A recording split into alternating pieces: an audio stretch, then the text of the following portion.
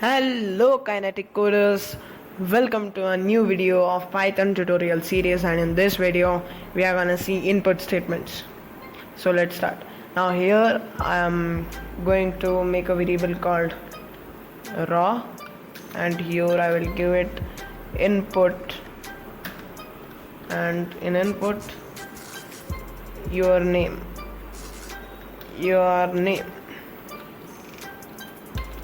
and here what it does, input statement takes first input and assigns it to the variable called raw.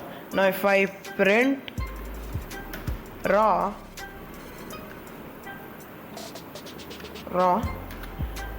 it gives the variable and the value which I have assigned to raw variable. Now if I run it and it asks for your name, I'll say yes. It gives me yes. Now if I do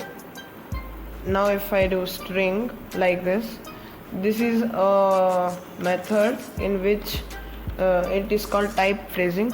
Now if I do string input your name, now it takes all the values which have given in the input as a string and assigns it to a raw, and it prints as the variable.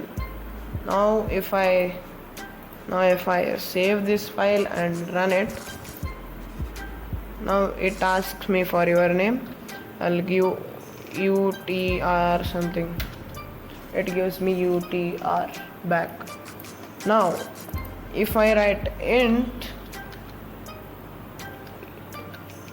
and if I write int here, it takes integer value as input. If I give any string value as input, it throws an error.